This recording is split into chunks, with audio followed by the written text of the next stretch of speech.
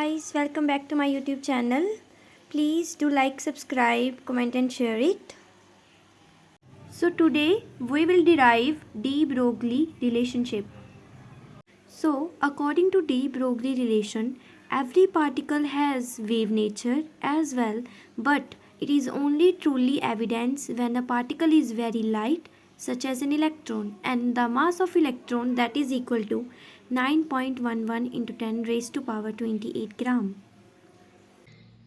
De Broglie relationship de Broglie ने इन 1924 में दिया था।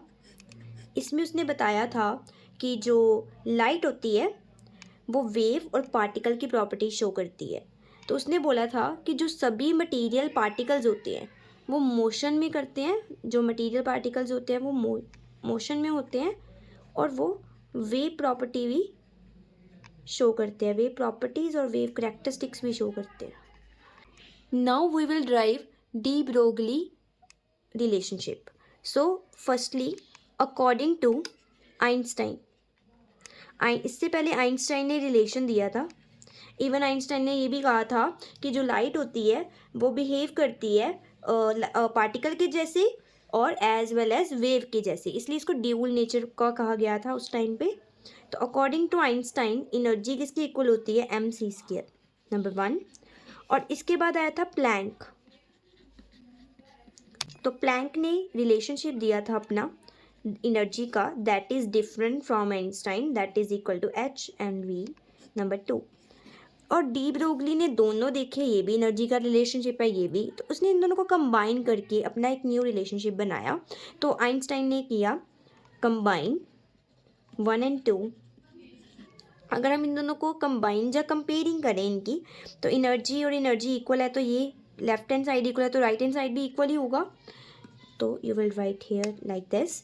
और वही नो जो हमारी फ्रीक्वेंसी होती है that is equal to c/λ, lambda is wavelength. तो you will write here h/c/λ। और हेयर c के साथ c को हम कट कर सकते हैं, तो यू विल गेट लैम्डा यहाँ पे h/mc। ये तो हमारी बात होगी वेव की। अब हम बात करेंगे वेव लेंथ इन पार्टिकल।